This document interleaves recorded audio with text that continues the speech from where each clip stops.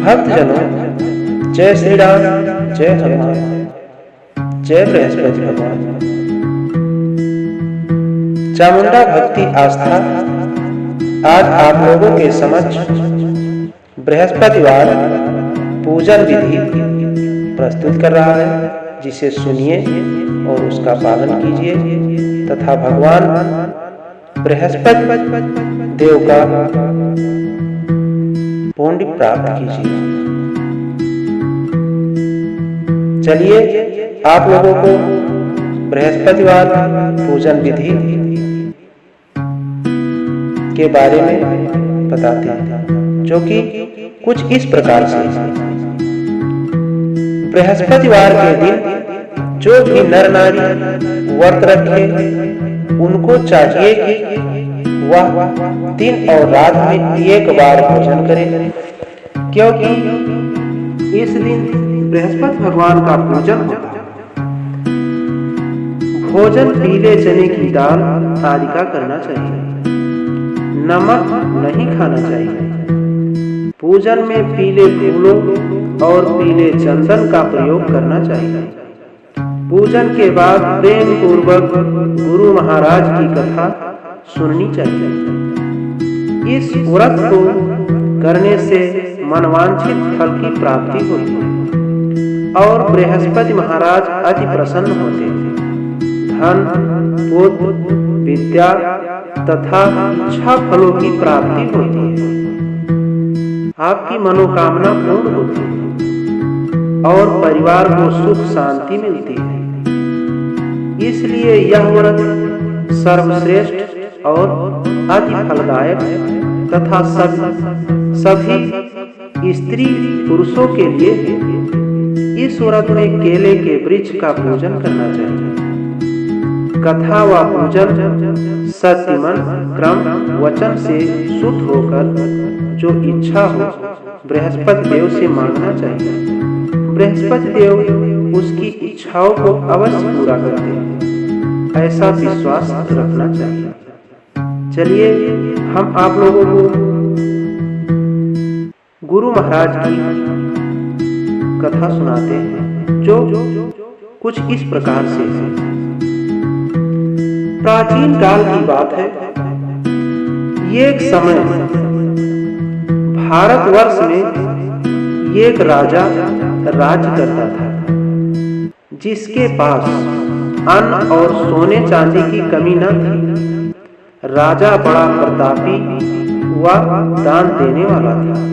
वह प्रतिदिन विष्णु भगवान के मंदिर में जाया करता था और वहां विष्णु भगवान की पूजा करता तथा ब्राह्मणों का आदर करता और मन, क्रम, वचन से शुद्ध रहता। और उसका दरबार धर्म द्वार के नाम से सब दीनहीन नर नारियों के लिए खुला हुआ था। वह सबकी इच्छाओं को पूर्ण करता था। राजा किसी बात की चिंता नहीं करता था। राजा की यह बात रानी को सुहाती न थी, इसलिए वह किसी भिक्षार्थी को कभी कुछ नहीं देती थी। दिन रात घर के कर्मों में व्यस्त रहती थी, व्रत भी नहीं करती थी और राजा को भी व्रत के लिए मना किया करती थी। एक दिन की बात है, बृहस्पति के दिन, जिस समय राजा वन की ओर शिकार खेलने गए हुए थे। घर पर रानी दासी घर के कामकाज में लगी थी। उसी समय बृहस्पति महाराज एक विप्र का रूप धारण कर राजा के द्वार पर प्रकट हुए और भिक्षा की याचना करने लगे। रानी को दान आदि की बात न सुहाती थी, इसलिए वह क्रोधित होकर बोली, हे विप्र देवता, मैं दान से परेशान हूँ, इसलिए कोई ऐसा उपाय बताओ जिससे संपूर्ण धन का लोप हो जाए और मुझे शांति हो। रानी की बात सुनकर आश्चर्य बढ़ गए और सोचने लगे, आज तक मुझे कोई भी स्त्री नहीं दिखी जिसको धन आदि की तनिक भी इच्छा न हो और वह धन से घृणा करती। इसलिए विप्र ने रानी से कहा, हे रानी, तुम बहुत ही विचित्र स्त्री हो। मैंने आज तक कोई ऐसी स्त्री नहीं देखी जिसे धन और पुत्र की चाह न हो। पागनी भी कुछ चाहती है। अगर तुम्हारे पास धन आदि है तो उसे पुण्य कार्य में लगाओ, भूखों को भोजन कराओ, गर्मी में प्याऊ लगाओ, विप्रों को धन दो, कुआं, तालाब, सड़कें, मंदिरों का निर्माण कराओ। प्रत्येक गुरुवार के दिन बृहस्पति देव की पूजा व्रत करो, कथा सुनो, जिससे स्वर्ग की प्राप्ति होगी, अति सुख मिलेगा और कुल का नाम उज्जवल होगा। रानी इन बातों को सुनकर और क्रोधित होने लगी और बोली, हे विप्र देवता, यह सब कार्य मेरे पतिदेव करते हैं, पर मुझे यह सब नहीं सुहाता है।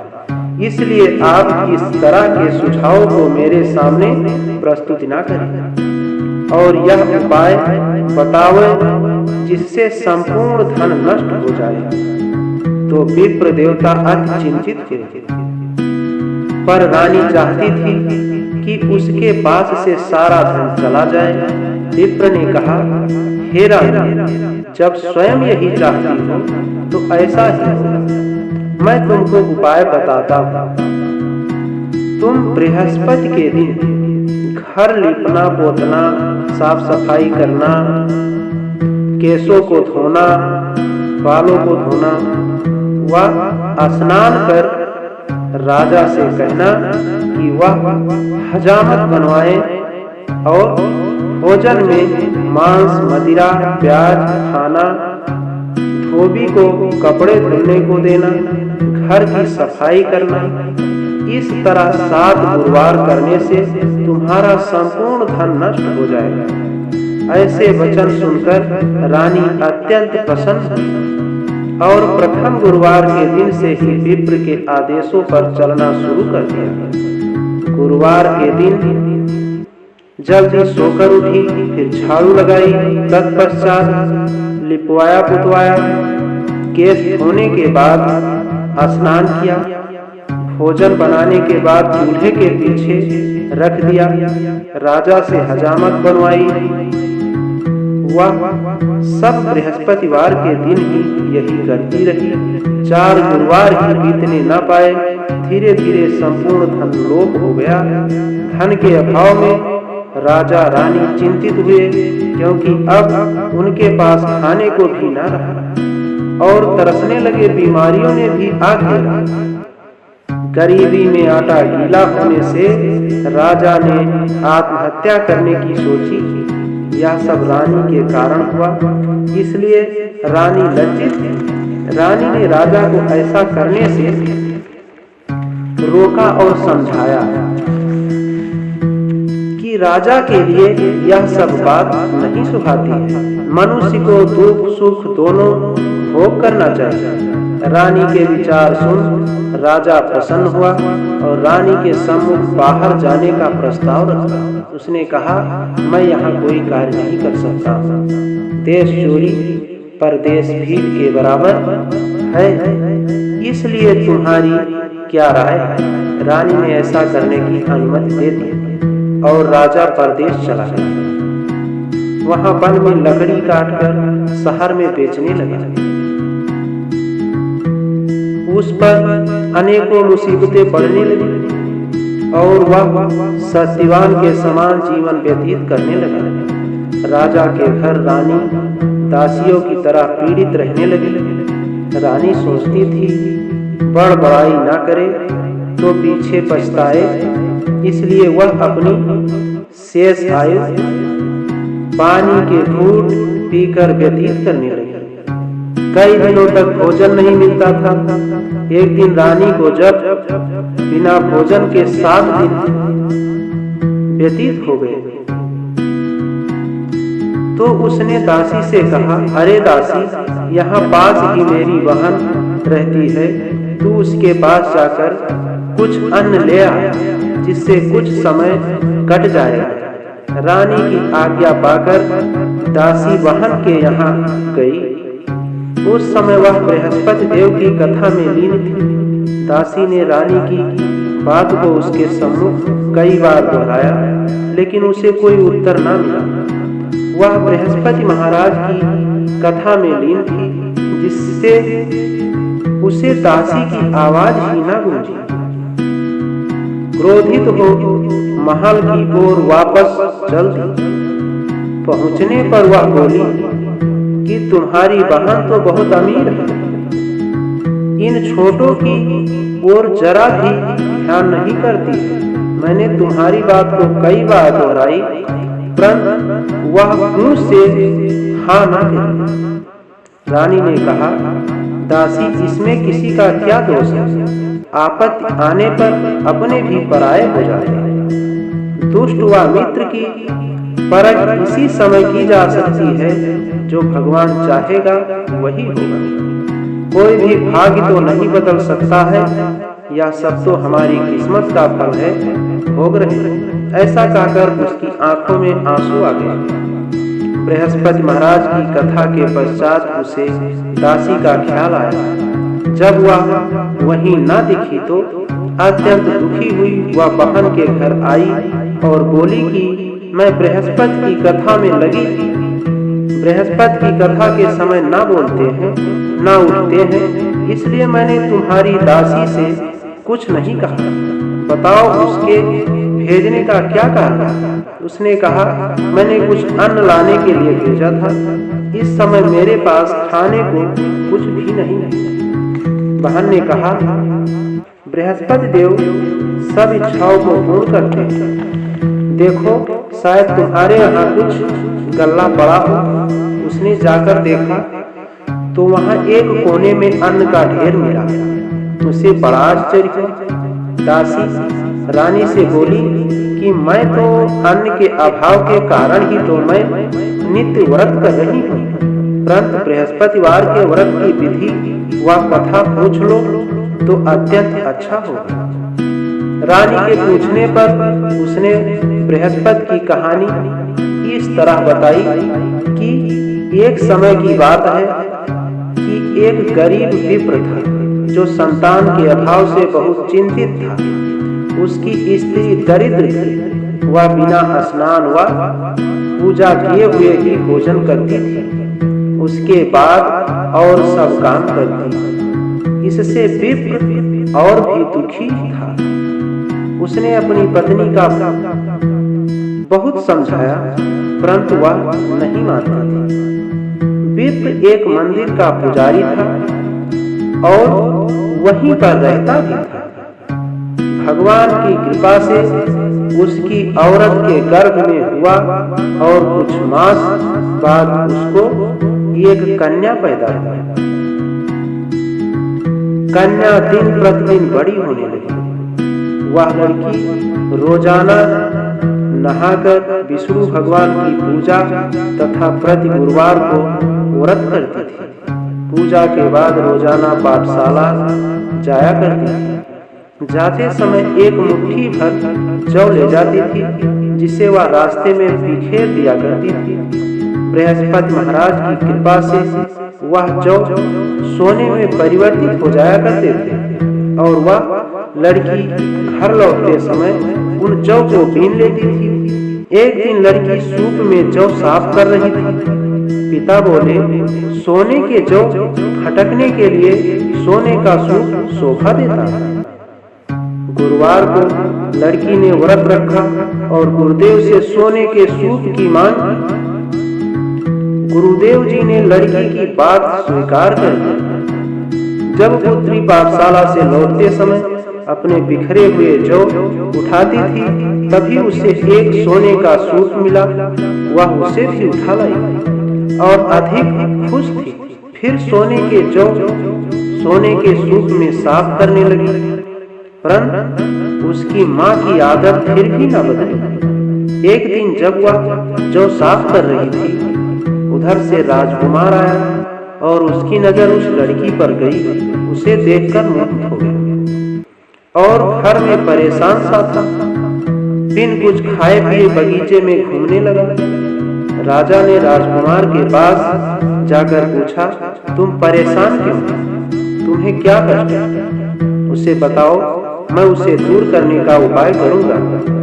राजकुमार बोला, पिताजी, आपकी दया से मुझे कोई कष्ट नहीं, परंतु मैं उस लड़की से ब्याह करूंगा जो सोने के सूप में जौ साफ करती थी। राजा को आश्चर्य हुआ और बोला, बेटा, तुम ऐसी लड़की का पता बताओ, मैं तेरा ब्याह अवश्य कर दूंगा।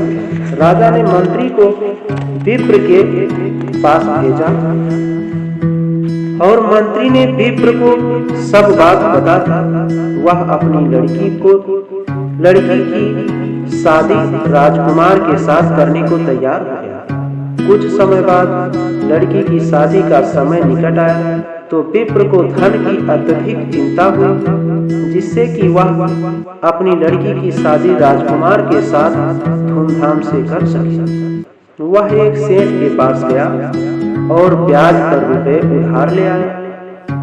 शादी खूब धूमधाम के साथ की। लड़की के जाते ही वह विप्र फिर गरीब हो गया और घर में खाने तक का न रहा। विप्र दुखी होकर लड़की के पास गया और घर का सब हाल बताया। लड़की ने माँ का हाल पूछा और पिता को बहुत साधन दिया। विप्र ने उससे कुछ समय काटा, फिर उसी भांति गरीब हो गया। विप्र फिर धन के लिए लड़की के पास गया, सब समाचार बताए। लड़की बोली, आप माता जी को यहाँ भेज दीजिए। विप्र लड़की के कहने के अनुसार अपनी औरत को लेकर वहाँ गया। पुत्री ने माँ को बहुत समझाया, बोली, तुम नित्य सवेरे सर्वप्रथम स्नान करो, फिर विष्णु भगवान की पूजा करो, तब फिर और काम करो, जिससे तुमको कोई कमी नहीं रहेगी। माँ ने उस पुत्री की एक न मानी और सुबह उठकर जो जूठन मिला खाया करती थी। पुत्री के पूछने पर कह देती, मैं तो खा चुकी। माँ की जिद पर क्रोधित हुआ करती थी। एक दिन उसने माँ को कोठरी में बंद कर दिया और सुबह खोला, स्नान कराया और विष्णु जी की पूजा करवाई। तब माँ की बुद्धि ठीक हुई। तब से उसने बृहस्पति का व्रत रखना शुरू कर दिया, जिससे उसे अत्यधिक धन की प्राप्ति हुई। विप्र ने अपने ऊपर शादी के लिए जो रुपया लिया था धीरे धीरे सब दे दिया, परंतु मुनि ने बेचारे विप्र का रुपया खाते में जमा नहीं किया। वह रुपया खुद हजम कर गया। तो सेठ ने मुनि से पूछा कि ब्राह्मण ने कितना रुपया तुम्हें वापस दिया।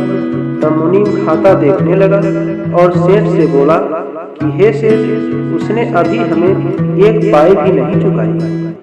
यह सुन सेठ बड़ा क्रोधित हुआ और उसे विप्र को बुलाकर बोला, तूने अभी तक एक पाई भी नहीं दिया है, इसका क्या कारण?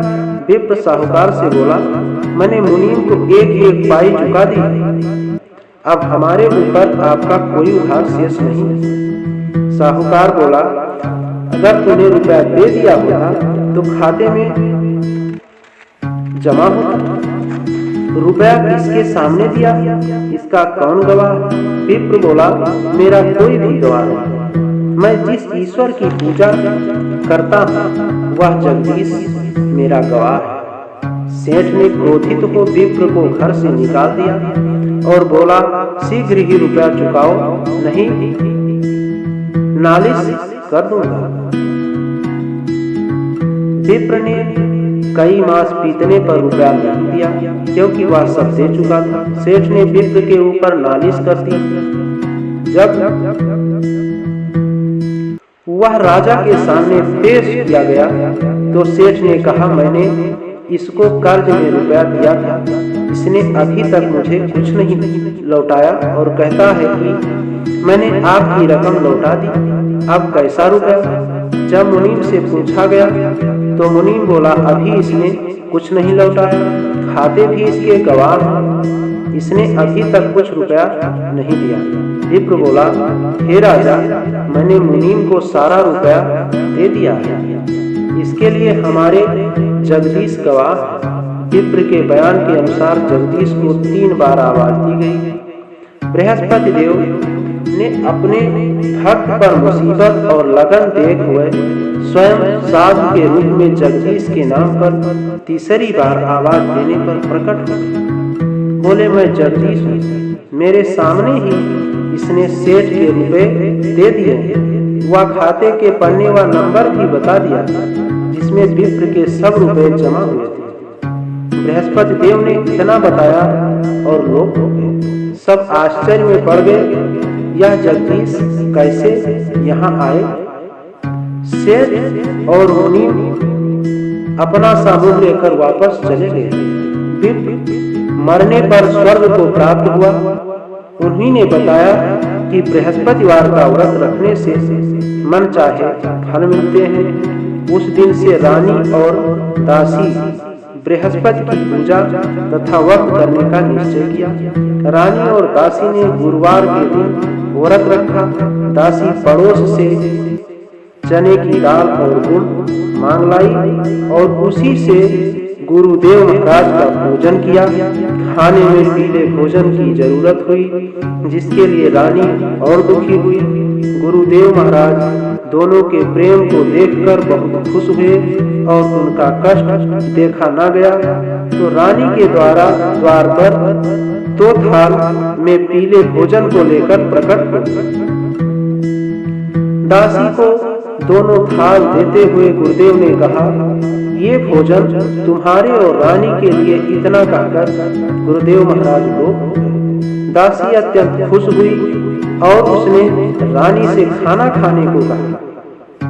रानी को यह बात मालूम न थी, इसलिए वह बोली, दासी क्यों मेरी हंसी उड़ा रही है। दासी ने कहा, मैं हंसी नहीं करती हूँ, अभी एक साधु 2 थालों में खाना दे गया है और दोनों को खाने के लिए कहा। रानी और दासी पहले गुरुदेव को प्रणाम किया और फिर खाना खाया। उस दिन से उन दोनों ने हर गुरुवार के दिन व्रत विष्णु भगवान की पूजा शुरू कर दिया। गुरुदेव महाराज अति खुश हुए और रानी तथा दासी पहले की भांति धन युक्त हो गई। रानी ने फिर आलस करना शुरू कर दिया। दासी ने रानी से कहा, तुम पहले इसी प्रकार आलस किया करती थी, इसीलिए धन का लोभ हो गया। अन्य के कारण हमें बहुत से दुखों का सामना करना पड़ा और राजा का अभी कोई समाचार नहीं। इसलिए अब इस धन को पुण्य कार्य में लगाओ, जैसे कुआं, तालाब, मंदिर, बगीचे, सड़क आदि बनवाओ। विप्रों को दान दो, गरीबों की इच्छाओं की संतुष्टि करो। गर्मियों में ब्याह कुंवारी कन्याओं का विवाह करो, जिससे तुमको शांति मिलेगी और कुल नाम ऊंचा होगा। पितर खुश होंगे और राजा का भी पता लग जाएगा। रानी ने दासी के कथा अनुसार सब काम किए, जिससे उनको यश की प्राप्ति हुई। एक दिन रानी राजा के बारे में सोचकर रोने लगी। दासी के पूछने पर बताया कि पता नहीं राजा पर इस समय क्या मुसीबत पड़ रही है। उनका अभी तक कोई समाचार न मिला। तो फिर दासी ने रानी को समझाया और बोली, इस तरह रोने से कुछ न होगा। तुमको गुरुदेव की पूजा करनी चाहिए, उन्हीं की कृपा से वह हमें मिल जाएगा। दोनों ने मिलकर गुरुदेव महाराज से ऐसी प्रार्थना की। गुरुदेव ने राजा को रात्रि के समय दर्शन दिए और बोले कि राजा, तेरी रानी बहुत याद करती है, इसलिए तुझे रानी के पास अवश्य जाना चाहिए। राजा की आंख खुलने के बाद सोचने लगा कि औरत तो सोने और खाने के साथ दिया करती है, रानी मुझे क्यों याद करती है। राजा ने इस स्वप्न के पहले भी गुरुदेव जी के दर्शन एक साधु के रूप में हुआ था। जिस समय विदेश में राजा जंगल से लकड़ी ला शहर में बेचता था, एक दिन राजा लकड़ी काटता था और पुरानी बातें सोचकर दुखी था। उसी दिन गुरुदेव महाराज एक साधु के वेश में आए और राजा से चिंता का कारण पूछा। राजा के नेत्रों में आंसू आ गए। उसने धैर्य से साधु के चरणों में शीश नवाया और बोले, हे गुरुदेव, आप सब जानते हैं। राजा ने सारी बात बताई और बोला, साधु दयालु होते हैं, आप मुझ पर कृपा करें जिससे मेरे सब दुख दूर हो जाए। साधु ने बताया, तेरी औरत ने गुरुदेव महाराज का अनादर किया जिससे तेरी यह दशा हुई। अब तुम चिंता न करो, भगवान पहले से ज्यादा धन देंगे। तेरी औरत ने बृहस्पतिवार का व्रत रखना शुरू किया। अब तुम्हें भी चाहिए कि तुम खुद व्रत रहो, गुरुदेव महाराज की पूजा विधि से करो जिससे कि भगवान तेरी सब इच्छाएं पूरी करेंगे।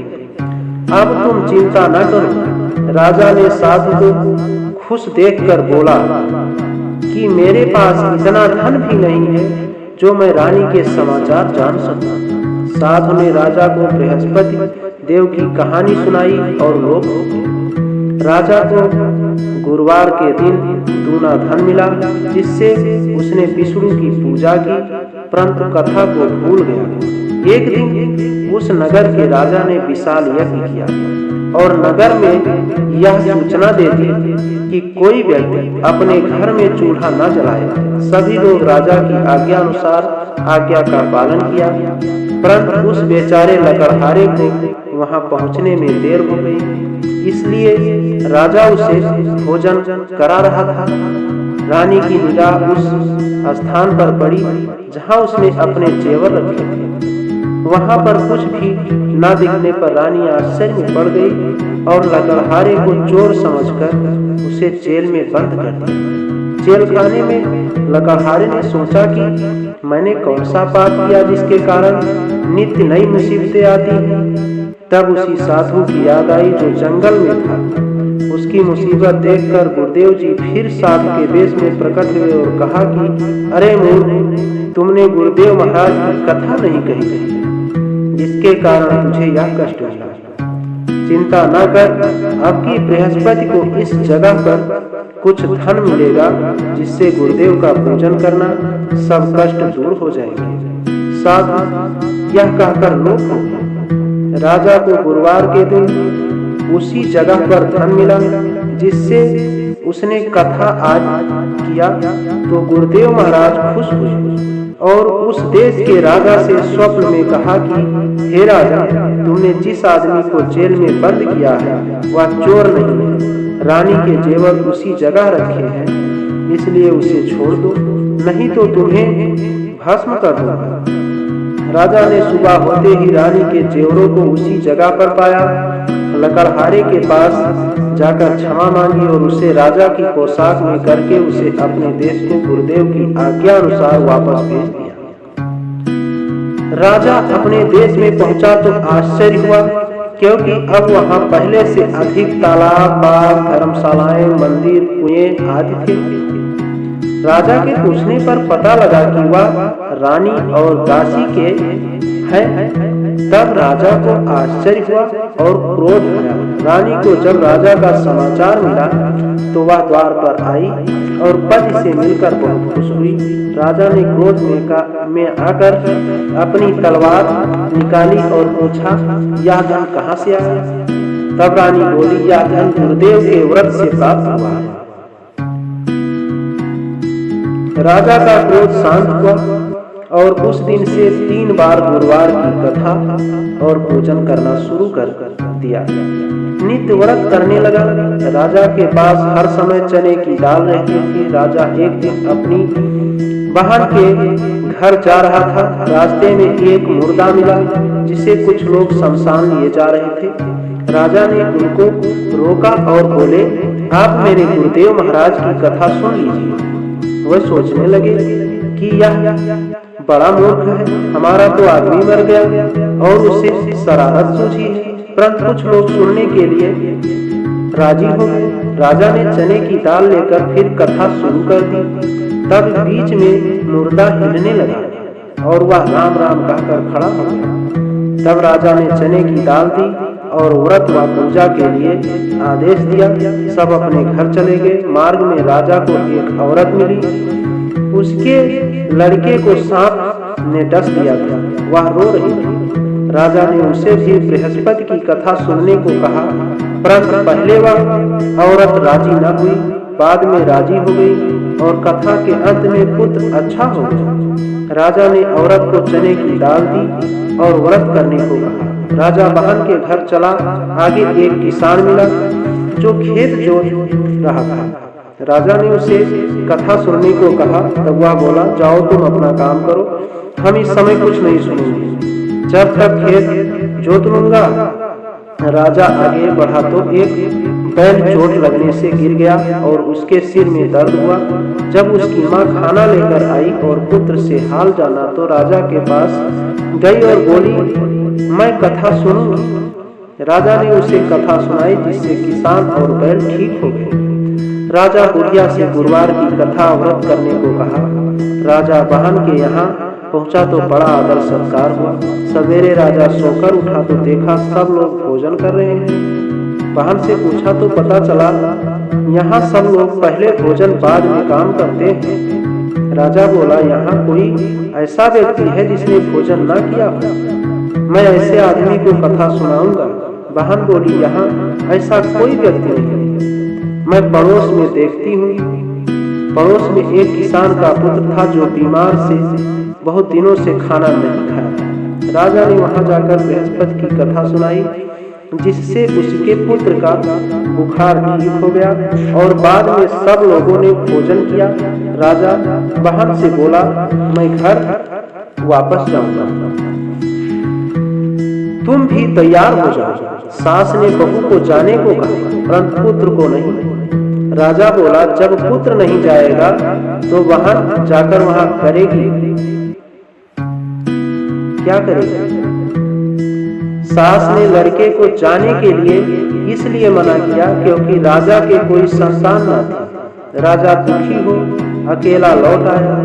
राजा ने रानी से कहा, मेरे कोई संतान नहीं जिससे मेरा वंश चले, इसलिए हमारा जीवन बेकार है। रानी राजा को धैर्य दे बोली, जब गुरुदेव जी ने हमारी सभी इच्छाएं पूर्ण की तो वह संतान भी देंगे।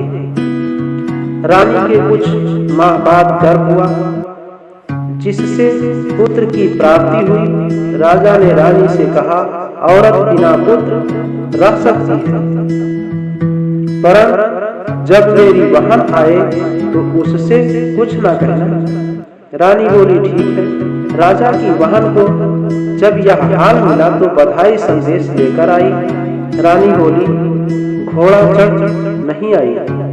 बहन बोली, अगर हम ऐसा न कहते तो तुमको पुत्र कैसे प्राप्त होता? जो भी मन क्रम वचन से शुद्ध हो, कथा सुनता है, विधि पूर्वक व्रत करता है, उसको बृहस्पति देव की कृपा से मनोवांछित फल मिलता है। बोलो श्री बृहस्पति देव की जय, बृहस्पति भगवान की जय। भक्तजनों, आज यहीं तक, अगले वीडियो में फिर मिलते हैं। जय श्री राम, जय हनुमान, जय बृहस्पति महाराज की जय।